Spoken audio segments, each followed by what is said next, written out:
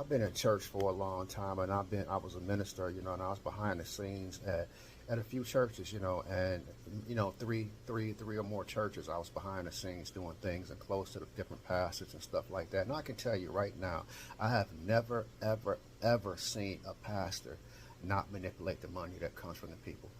I don't care if it's a church that looks like it's in good standings with the people that go there. I don't care if it's somebody that's asking for money for a $50 line, $100 line. I have not ever seen a church pastor who did not manipulate the money. I was even in a church one time where they locked the doors. It was the pastor's birthday, and I know y'all heard this from Marvin Sapp. He said close the doors, and I was really in a situation like that where the pastor's sons, they were celebrating this pastor's birthday, and they told the ushers to lock the doors. They wanted to raise $5,000 for their father. What do your father's birthday got to do with me coming there learning about God? So many of us have been giving our monies to these institutions our whole life, and most of us have been poor.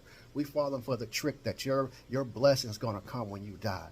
Stop giving all of your money to these churches, because a lot of this money is not even going to the community. I was at a church that had $1 million budget, and hardly any of that money went to the community, because I was the one who did outreach ministry. And I'm telling you, hardly any, and when I say hardly any, I'm talking about pennies went out to the community to help the community out or to help anybody in that neighborhood. But a lot of the money went to paying different staff members and stuff like that. And I'm going to tell you again, I've never, ever seen a pastor. I was with a pastor one time who had a radio broadcast.